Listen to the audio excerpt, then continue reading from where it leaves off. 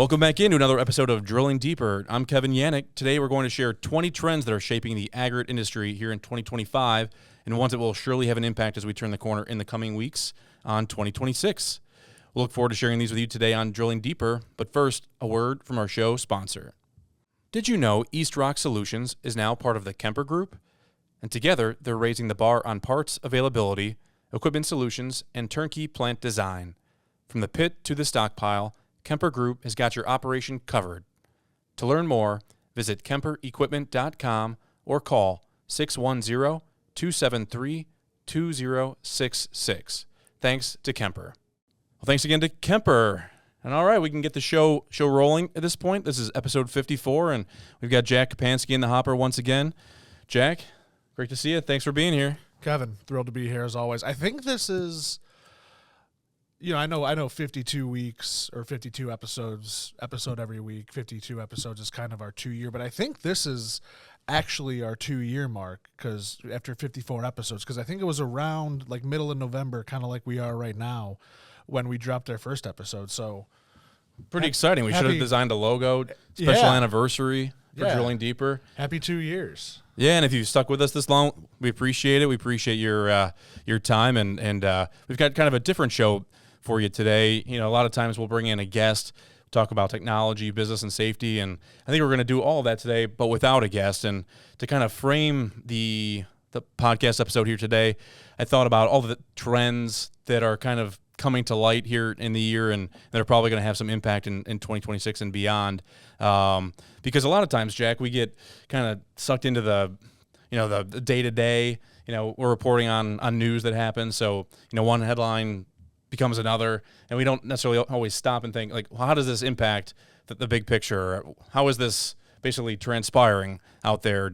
Is this a trend, so to speak? So basically, I kind of took some time this week coming into this episode and identified some of the big things we've been talking about here at Pit and Quarry, and created 20 themes or 20 trends that are impacting the aggregates industry right now. And there's a lot happening right now. I'm excited to kind of get into some of these 20 bullet points that we'll have some commentary on as well. But again, just kind of a change-up sort of episode for us from what you normally would get on Drilling Deeper.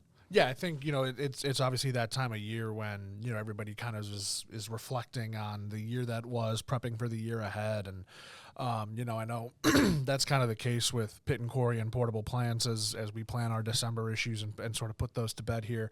So it seemed kind of fitting for us to do this, kind of address what the year has been. And like you said, I think that's a big part of a lot of these trends as well, is what's going to kind of bleed over into 2026, because a lot of these certainly, maybe didn't even start this year and certainly aren't going to be contained to this year. So I think it's always good to kind of do sort of that post-mortem, if you will, on what emerged during the year and what people can expect moving forward. Yeah, and the year's not over yet. The narrative could certainly change. A big story could come and make things a whole lot better, or hopefully not a whole lot worse. But we've got a pretty good picture here on November 12th as we're sitting here in the Cleveland studio, and we're dropping this episode on November 18th. But wanted to start out with talking about what's happening within the pits and quarries out there across the U.S. and Canada, but by and large the U.S. And it seems like aggregate volumes this year continue to trend downward, but they're potentially turning a corner, as we recently reported on a lot of the third quarter public producer reports, Jack.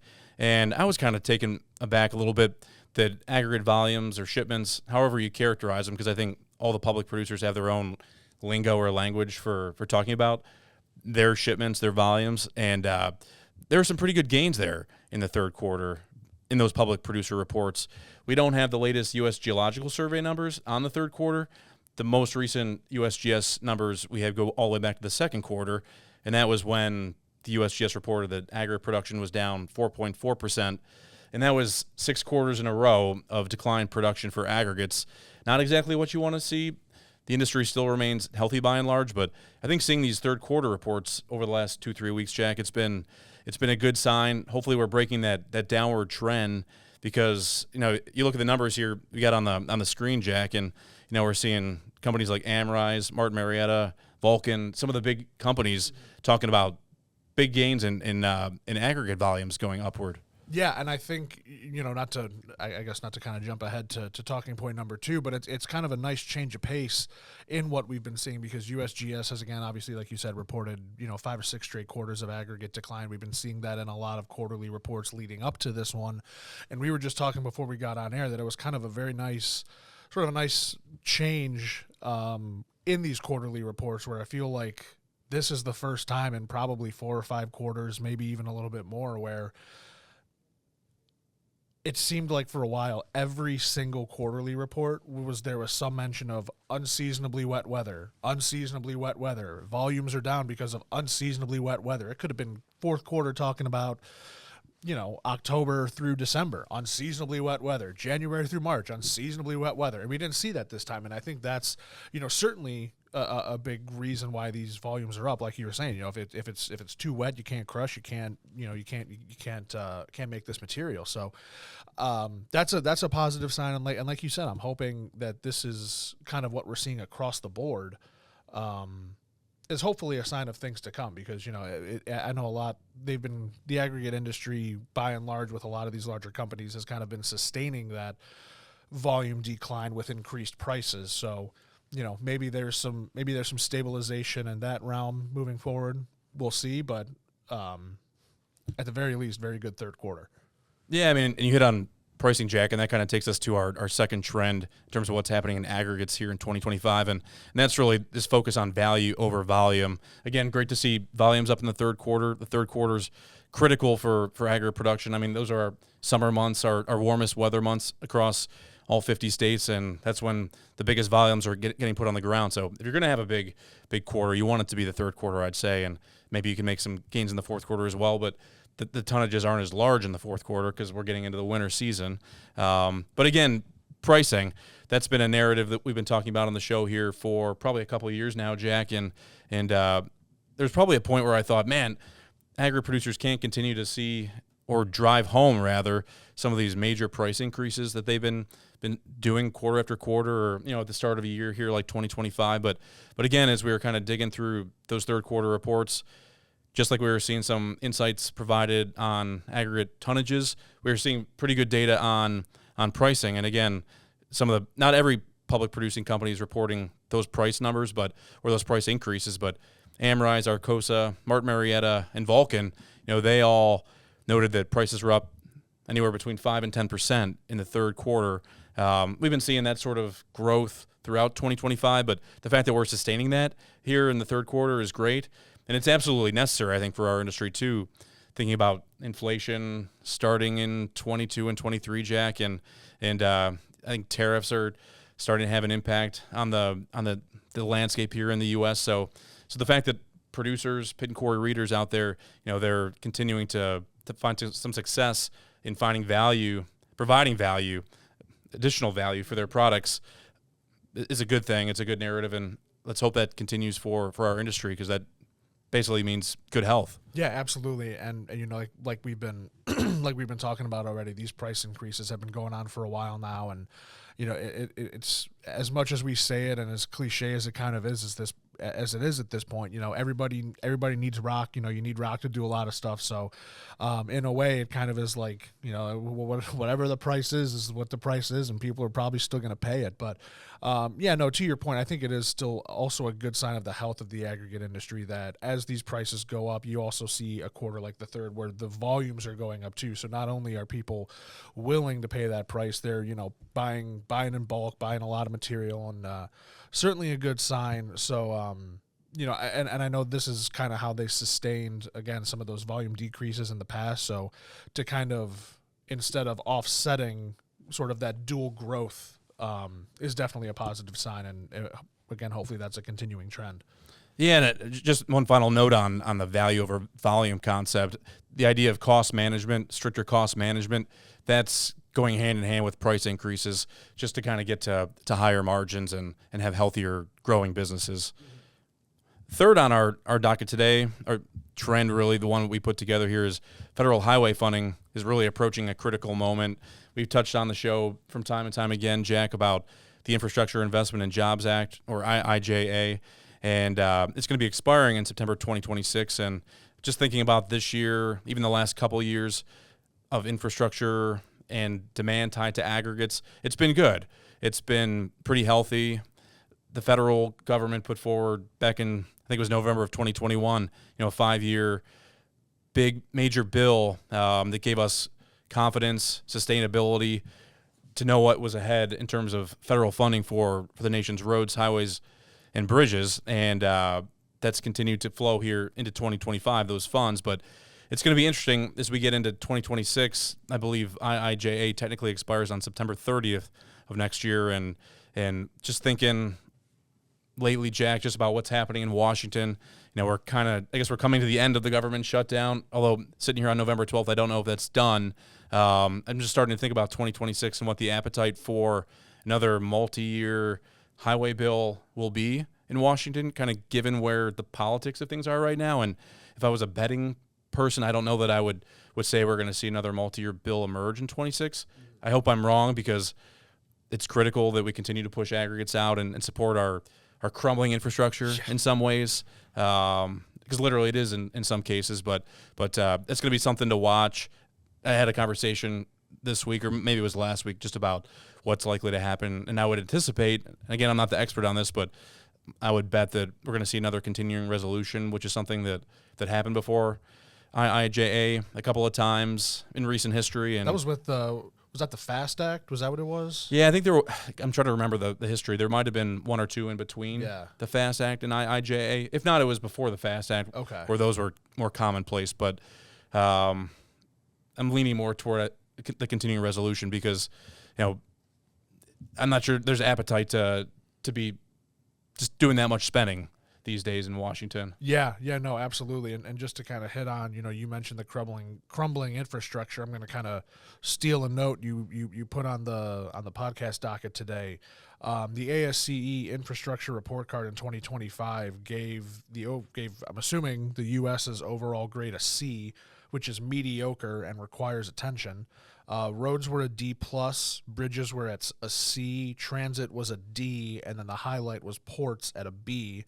It noted aging infrastructure, vulnerability to extreme weather, and long-term underinvestment, and needing the help of federal and state investments. But getting that sustained funding, like you talked about, is certainly a key. And unfortunately, I've been hearing a lot of the same sentiment, which is, with the one big beautiful bill passing earlier this year, it's going to be hard for them to kind of go back to the well and say, hey, we need to spend some more money. Certainly there's hope that there is still more of that funding coming, whether it's through a continued resolution, whether it's at the state and local level, talking to people, manufacturers and producers alike. They're really hopeful that this infrastructure spending continues, because obviously, these, producers are benefiting by producing the rock that is used in these products. Manufacturers are selling the equipment to the producers.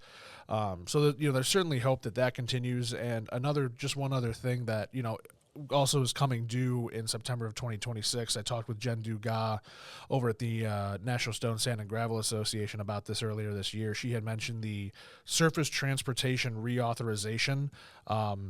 Not entirely sure what is encompassed in that, but I know that that's going to be a focus for NSSGA this year, is trying to lobby to get that renewed or passed again come the end of September this coming year. So a lot to look out for. Maybe not the sunniest outlook, but hopefully there can be some positive developments in that realm next year. Well, number 4 on our list today is the housing slowdown and non-residential growth. I always think about aggregate demand as kind of a 3-legged stool. We talk on the show a lot about infrastructure, and that encompasses roads, bridges, and highways, major aggregate intensive projects. But you also got residential construction, whether it's, single-family housing, multifamily construction projects, and then non-residential, which is kind of a whole jambalaya of things that kind of fall into that. And I think the narrative the last couple of years, Jack, has been that housing has slowed, residential construction's been just a little stagnant. It kind of depends on the markets, I suppose, but we are seeing maybe some relief on the horizon with interest rates coming down a little bit, and hopefully more to come. And then I don't know how much of this is just a big idea or talk or whatever, but there was news last week, or maybe it was this week, about introducing the concept of 50-year mortgages. Yeah, yeah. And not sure that that's something I would ever want to get into. Thinking about coming out of school, and the American dream is you have a house, but I don't know that you want to be paying off your house until you're basically checking out of this life. But honestly, at this point, for as a borderline millennial Gen Zer, I think I'd probably take a 50-year mortgage if it would get me a reasonable monthly payment on a house. Because by God, it doesn't feel like Jess and I are ever going to get a house. Well, and that's why I was thinking about it, and I was trying to think what the impact of a 50-year mortgage would have on construction, because I think President Trump's whole idea is that he wants to get more of your generation into the housing market, set up for life. And there's a lot of people who are on the sidelines right now because they just can't afford. So I think that if that were to come to be, and again, I don't know if this is more pie in the sky or not, but just the idea of that, you have a 50-year mortgage. Obviously, people are going to be paying more, but we're going to need to have a lot more houses, and that's going to create a lot more construction, which in turn is going to create a lot more opportunity to supply aggregates and support your local markets. So something to keep an eye on. I'm not sure that's something for 2026 or beyond or anything at all, but just something that was trending in the news and got me thinking a little bit about maybe that could help boost housing in the next decade even. Yeah, absolutely, and it is always kind of interesting if those housing starts kind of come up. You talk about that three-pronged approach we have with non-building, non-residential, and residential. Within residential, you obviously got single-family and multifamily, and it kind of feels like it's always a bit of a pendulum. When one of them's up, the other one's down. The other one goes up, the other one comes down. So if housing kind of booms in 2026, wonder what's going to happen with multifamily, because they seem like they're always kind of fluctuating with each other. So that'll be something interesting to kind of follow as well. And from that, I'll introduce our fifth point here today, and that's mega project demand spikes. And I know we hit on non-residential in our fourth point, but this number 5 is really more about the non-residential market and some of the unique projects that are taking place there these days. A few years back during the COVID era, it was warehouses and getting everything set up for online shopping, online purchases, making sure that we're storing all our stuff somewhere. And now the big talk is data centers, it seems, here in 2025, Jack. Mm-hmm. Yeah, no, this has been probably one of my favorite trends to kind of follow over the last several years. It's just been super interesting because, like you mentioned, you go back to around the time I started, mid to late 2021. I'm sure even before that, but I mean, warehouses were just. I mean, there's not a word to accurately describe how strong warehouses were. I mean, Amazon, Walmart, every company you could think of was building warehouses, and then it kind of just came to a head where they're like, we got enough. You know what, we kind of overbuilt the market here. We're going to stop doing this. And everyone's like, whoa. But then right following that was manufacturing centers, and that boomed. That reached an all-time high, and now even as those are coming down and data centers are going up, manufacturing still above pre-pandemic levels. Data centers are, driving non-residential like warehouses and manufacturing before it. It's just going gangbusters. So, I just don't see any end in sight with some of these mega projects. I was talking to someone when I was in South Dakota recently, and they mentioned, people are going to continue using and use AI even more than they are now. Gotta need places to keep all those computers. So I just think the data center future, coming from a non-economist here, asterisk non-economist,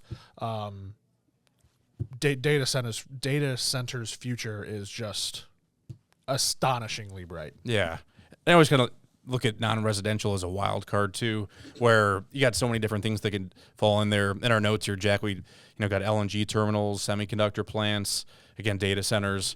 So you get a couple of things really driving that category, that non-residential construction category. And if there's a project or two like that in your neck of the woods, if you're a producer out there, I mean, that can really take you from a good year to, gosh, a record or gangbusters year if you're that lucky. It really is kind of funny how much these big projects dominate that sector, whereas you still have things, you've got offices, you've got education, you've got hospitals and stuff like that. Like you said, it's such a kind of smorgasbord of different activity going on, but it can really kind of get siphoned down into those massive projects when there really is so much other stuff going on. Well, from there, we're going to shift to technology and equipment, and we've got a few talking points and numbers on our list that fall into this category. And number 6 on our list is technology evolving rapidly. Jack, just thinking about the themes we've had on drilling deeper this year, and maybe even more so in the recent months, I feel like we've been talking about technology and just the role that it's taking on in aggregate producing businesses in the day-to-day operations and in the back office ends. And I think just keywords like automation, AI, just like we talked about data centers in our last trend, I mean, those two are taking over. They've been there for a bit, but they're really taking over, and it's going to be interesting to watch the transformation of aggregate operations in 2026 and beyond, as we're really just kind of getting into the infancy on some of that stuff. And autonomy kind of all fits in with this modern age, cutting edge stuff. Some good gains here in 2025 by producers, and we're seeing autonomy kind of trickle into other areas beyond hauling, like drilling. Luckstone and Epiroc had an announcement this year about that. So very exciting. It's a good opportunity for producers to find new efficiencies to address workforce shortages. It's not everything, but it's certainly where we are here in this day and age. Yeah. Number 7 on our list, equipment is getting bigger, smaller, and more flexible. And Jack, as I was kind of preparing this one, I was even thinking about Portable Plants, our sister magazine on Pit and Quarry a little bit, because I think about what's been happening with portable crushing and screening equipment, even with portable wash plants or modularity of some of those types of equipment. It's been a changing scene for 20, 25 years, I suppose, here in the U.S., but we're seeing portable plants get much bigger. We're also seeing them get a little bit smaller, and we're seeing manufacturers come out with these modular systems which create some flexibility as well, prefabricated modules on skids or frames. So depending on what the nature of the work is you're trying to do, you can go up with a crusher on tracks, for example, on wheels. You can get a system that's in those containerized systems, just to kind of meet the needs of the day's producers. Yeah, no, I think the last year and a half, maybe 2 years or so, in the realm of equipment size can kind of be summed up can be summed up as, I should say, people want to do more with less. You're hearing if someone can use two larger crushing plants, two larger portable plants instead of 3 to make the same product, they're going to do it. Like you mentioned, the modularity. I'm hearing a lot of producers and seeing a lot of manufacturers that love the idea of being able to kind of plug and play, where it's like if there's a part that, if there's a part of this chain that is doing X and you want it to do Y, swap it out, put in something new, you're good to go. And I just think that the general idea, again, of wanting to do more with less is, I think, very indicative of where the industry currently is with workforce, with how technology is kind of taking over a bigger role in pits and quarries. So it's going to be very fascinating to see how those developments continue. Again, if the trend is kind of to, again, keep getting bigger, maybe sizes down a little bit, but I think that flexibility is definitely something that's going to be here to stay. Number 8 on our list is equipment manufacturing supply chains normalize. I would even argue that they normalize before 2025, but I think kind of the narrative I've heard from some equipment manufacturers here this year is that even though some of the demand that we were talking about with our early points here, Jack, are a little bit down, or those aggregate volumes aren't where they were during 2022, 23, maybe even 2024 record years. They're still at healthy points. And kind of just the state of affairs out there has allowed equipment manufacturers and the dealers supporting them to kind of just take a breath finally and get their inventories restocked, and it's helped lead times get to a better place. So, if you're looking for a crusher, you're shopping around, you get your CapEx budget drawn up here, turning the corner, looking into 2026, you should be able to access the goods, the wear parts, the things you need in order to better your operations for the new year. And that's a good thing. Yeah, certainly a stark comparison. Again, just looking back, 4 or 5 years ago to around the time I started here and kind of got to understand what the supply chain was looking like at the time, and God, was it a nightmare. And seeing where we're at now, it just feels like night and day, and I'm so glad it is where it is. And you're hearing so much more about people being able to have parts on hand, having equipment ready to go, not having it, sort of not a full return, but a term that I heard a lot when I started, because it was something that was not the case anymore. You're getting closer to that sort of just-in-time purchasing, or just on, you know what I'm talking about. Yeah. So not fully there yet, but certainly trending in the right direction. Were it not for topic 9 that we're going to talk about. Right, which would be the tariffs and trade policy are impacting and likely to impact more before the end of the year and as we get into the new year as well.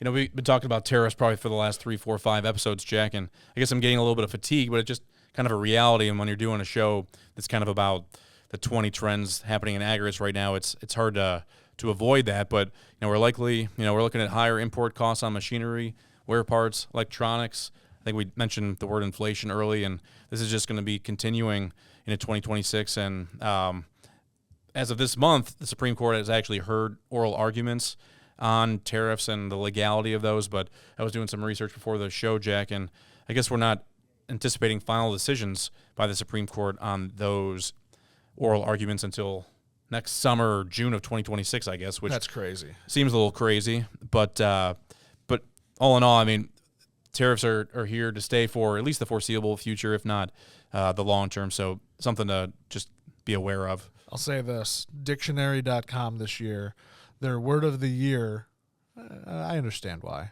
was 6-7. Crazy, but that was their word of the year. In my opinion, the word of the year for 2025 should have been tariffs. This was the year of the tariff.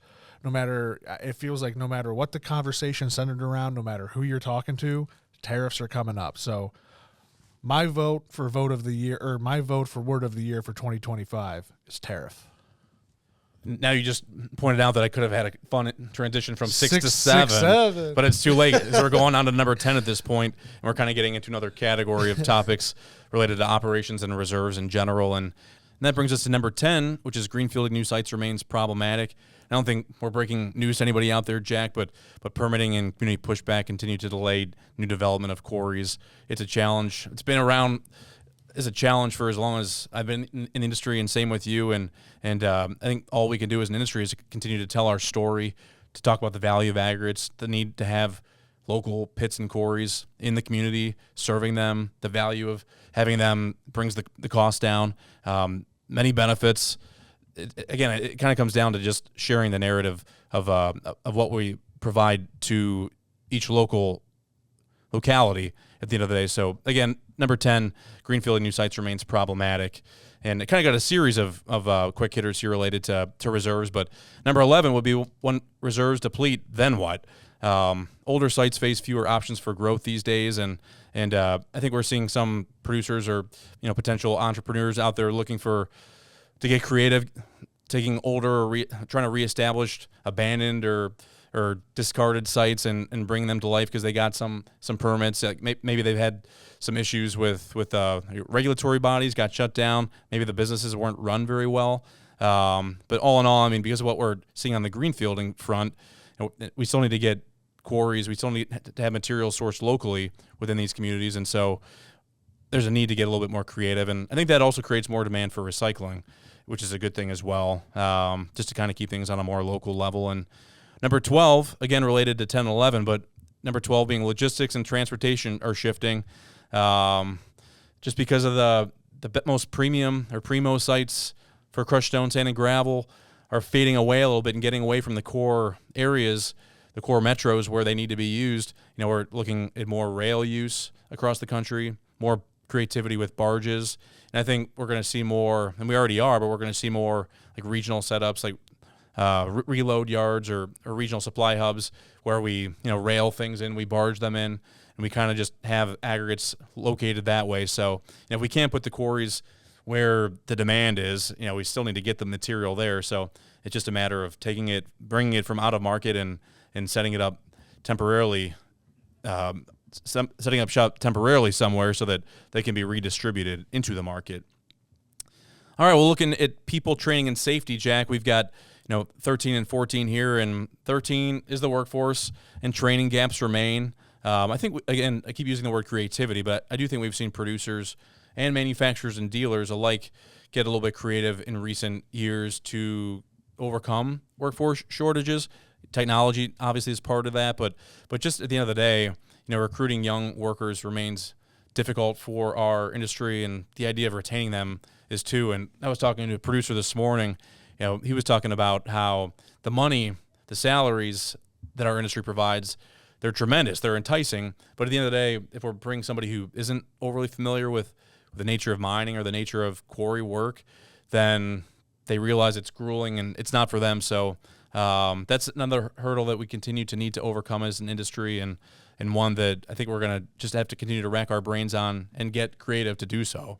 Yeah, no, absolutely. And I think, like you said, that creativity is a big thing. I know I've talked about it once or twice before on the show, but earlier today, Capital Aggregate shared some photos and some information about their Kids Rock program, where they work with fourth grade classes in the area. They had a fourth grade class out to the Ozark Quarry, and then that's part of a two-part thing. They went to the classroom to teach kids about aggregates, how they're used, why they're important, and then the students came out for a field trip to the quarry for some rock exploration to get some hands-on learning and safety education.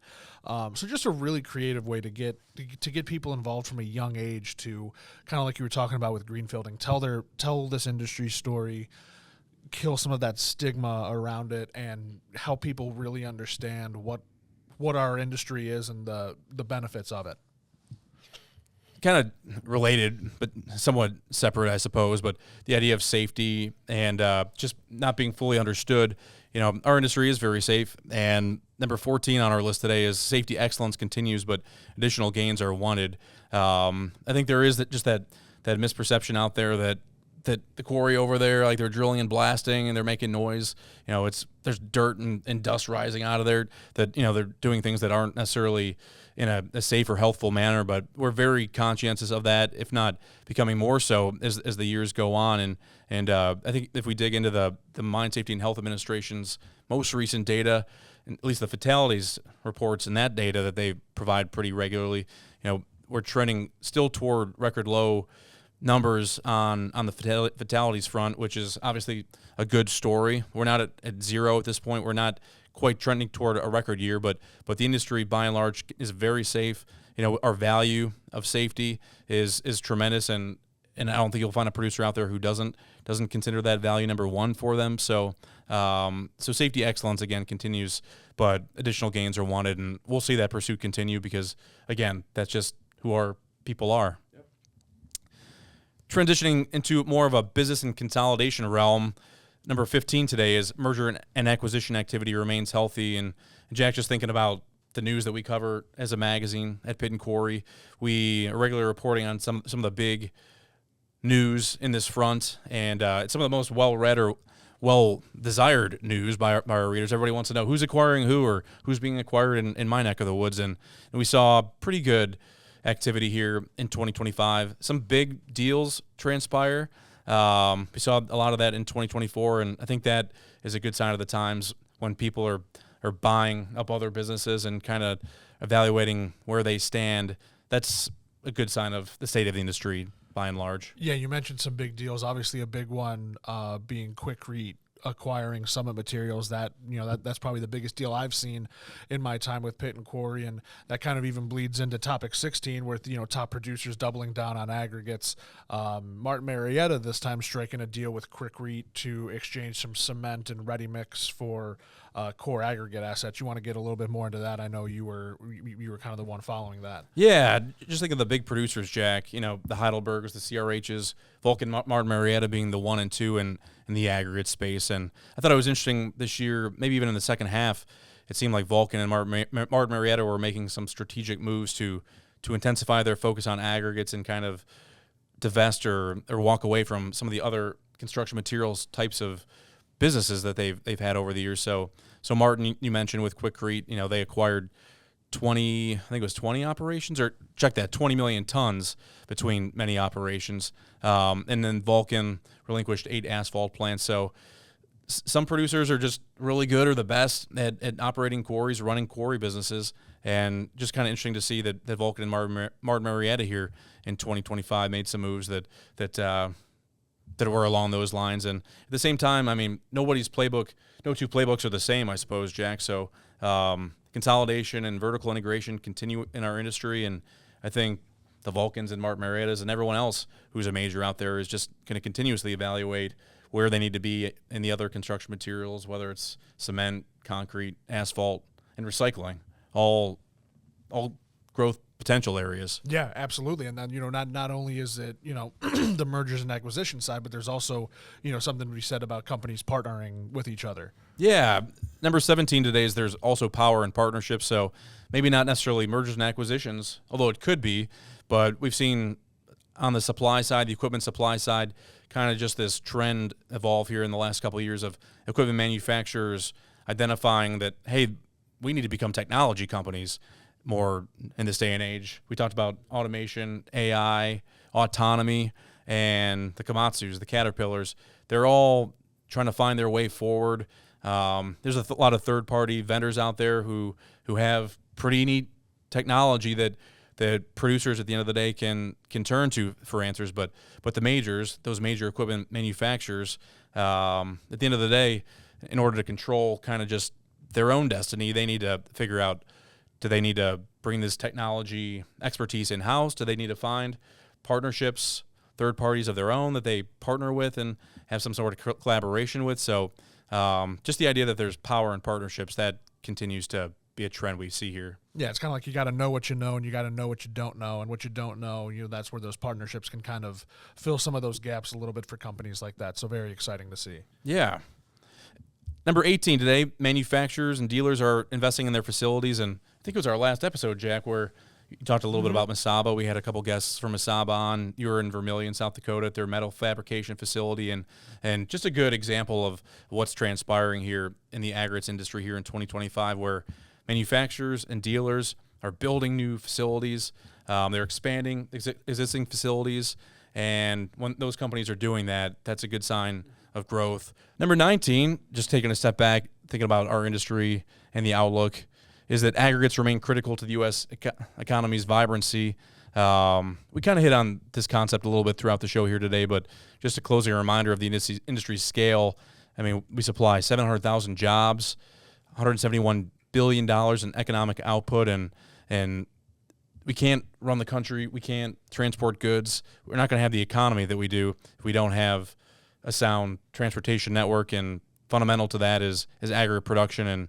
And like you read those ASCE numbers at the top of the show, or toward the very top of the show, Jack, and there's no doubt that aggregates are going to be there as long as we want them to be there, as long as we have the financial support, the funding, and the demand. We're a critical industry, but I think it's all the more important, too, that we continue to tell our story, whether it's the workforce, the safety things we're doing, the whole gamut, to talk about how we ultimately contribute to the economy of the United States. Mm-hmm. Yeah, absolutely. I think this, there's a line you put in here that I think kind of stuck out to me that I didn't realize or really put into this perspective, that it takes 38,000 tons of aggregates for 1 mile of highway. Like, that's just it's one of those things that's kind of hard to wrap your head around. Just how much it takes to make something that we drive on every day and kind of take for granted. Right. Lastly, we've arrived at number 20, and this is kind of just encapsulating some of the big headlines of the year, industry developments that made big news here in 2025. And I guess we'll just run through them. But Michelle Stanley, if you had missed it, was named the president and CEO of the National Stone, Sand, and Gravel Association, and that's a key person to doing what we're talking about in terms of telling the story of the aggregates industry. And congrats to Michelle, and we look forward to seeing what's ahead for NSSGA in 2026 under her leadership. We mentioned Vulcan Materials here today a couple times, Jack, and Ronnie Pruitt was selected to succeed Tom Hill as CEO of Vulcan. That was something we reported on in the last couple months, I believe, when Vulcan brought that announcement out finally. So we've got more information on that if you missed it at pitandquarry.com. Autonomy, Jack, probably every other show we're talking about autonomous hauling. Lux Stone really kind of moved the needle on that a little bit with their partnership with Caterpillar, and about midway through this year, they mentioned that they achieved 1 million tons hauled autonomously at their Bull Run plant in Virginia. So Lux Stone's very transparent on what's happening behind their berms, and it's been great for us to kind of report and make some news based on what they're achieving there with Caterpillar. And lastly, again, we've talked about this a little bit on the show, but we're going to be getting more into ConExpo ConAg, and that's been a storyline here at Pit and Quarry, as we're already starting to see equipment manufacturers reach out and share their show plans with us, and the show's returning in March of 26. So we'll be out there and can't wait to see all the equipment and technology developments that are going to be out in Las Vegas. Yeah. Just a quick note on this year. Obviously, you hit on a lot of the big talking points. Certainly a bit of a tenuous year, but I certainly think a very strong year, and I think a year that's going to be remembered in the aggregate industry for a lot of the things that happened. A benchmark year leading into ConExpo. So a lot of good stuff going on. Well, that was our 20 trends for 2025 in the aggregates industry. Next time on Drilling Deeper, I'm hoping to have a special guest talking about the Pit and Quarry University Handbook, Anthony Konya. I'm slated to sit down with him, and he's our expert on drilling and blasting. So we're going to dive deep into that equipment category, that realm, and talk about just the role he did in contributing to the Pit and Quarry University Handbook, which is now available with a November edition of Pit and Quarry. And beyond that, Jack, you're starting to make preparations for our first December episode, or one of our December episodes. Second. Yeah, so it'll come after Anthony. Yeah. So that's going to feature Eagle Crusher's Daniel Friedman. Yep. Yeah, so we're going to be talking about, how small changes sort of continue to impact the industry. And while the crushing industry hasn't necessarily fundamentally changed how crushers and screens operates, small changes in design and manufacturing have really allowed quarry operators and owners to get more from their equipment. We're going to touch on topics like innovation in the crushing and screening industry, industry consolidation and the pros and cons of it, the impact of tech, some small changes to some pieces of Eagle equipment or Eagle Crusher equipment, and how they've, how those have benefited them, as well as some bigger changes as well. So you're not going to want to miss it. Should be a very good episode coming this December. We want to thank our show sponsor once again. Let's hear a word from Kemper. Did you know East Rock Solutions is now part of the Kemper Group? And together, they're raising the bar on parts availability, equipment solutions, and turnkey plant design. From the pit to the stockpile, Kemper Group has got your operation covered. To learn more, visit KemperEquipment.com or call 610-273-2066. Thanks to Kemper. All right, Jack, that's episode 54. Thanks for getting together with me. Always happy to do it. See ya. Yep.